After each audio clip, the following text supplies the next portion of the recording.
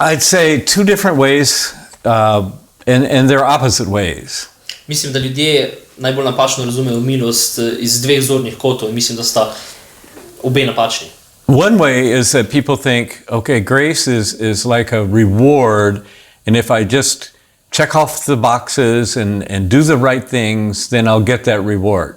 Nekateri pač mislijo, da je milost kot neko darilo, ki si ga moraš pridobiti. Torej, ko bom naredil vse te stvari, bom pridobil milost. So it becomes almost a kind of legalism to get God to like me. In je skoraj neka oblika legalizma, da razmišljaš, kaj moraš narediti, da boš Bogu všeč. And the other misunderstanding is just the opposite. Drugo razumevanje je pa ravno nasprotje tega. It's what I call exploiting grace. Kar bi rekli, da izrabljamo milost. I tell the story in my book of a woman who was considering leaving her family, her 2 children and her husband. In v knjigi uporabim en primer žene, ki se je odločala, da bo zapustila svojo družino, svoja 2 otroka in moža. And she asked me, would God forgive something like that?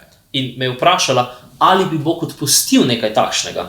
And I said, well, sure, look at people in the Bible. David committed adultery, committed murder. Look at what Saul did. Look at what Peter did. God can forgive anything. In sem rekel, poglej v svetu pismo. Bog seveda lahko to odpusti. David je odpustil prešuštvovanje, umor. Poglej Savla, poglej Petra. The question is, if you actually go that route, will you be the kind of person who even wants forgiveness? Because often we just shut off any contact with God out of guilt.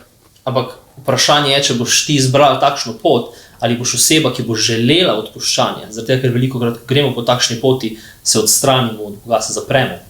So grace is like a tightrope, and you can fall off either way, either misunderstanding it as a kind of legalism or as a kind of free pass to do anything you want.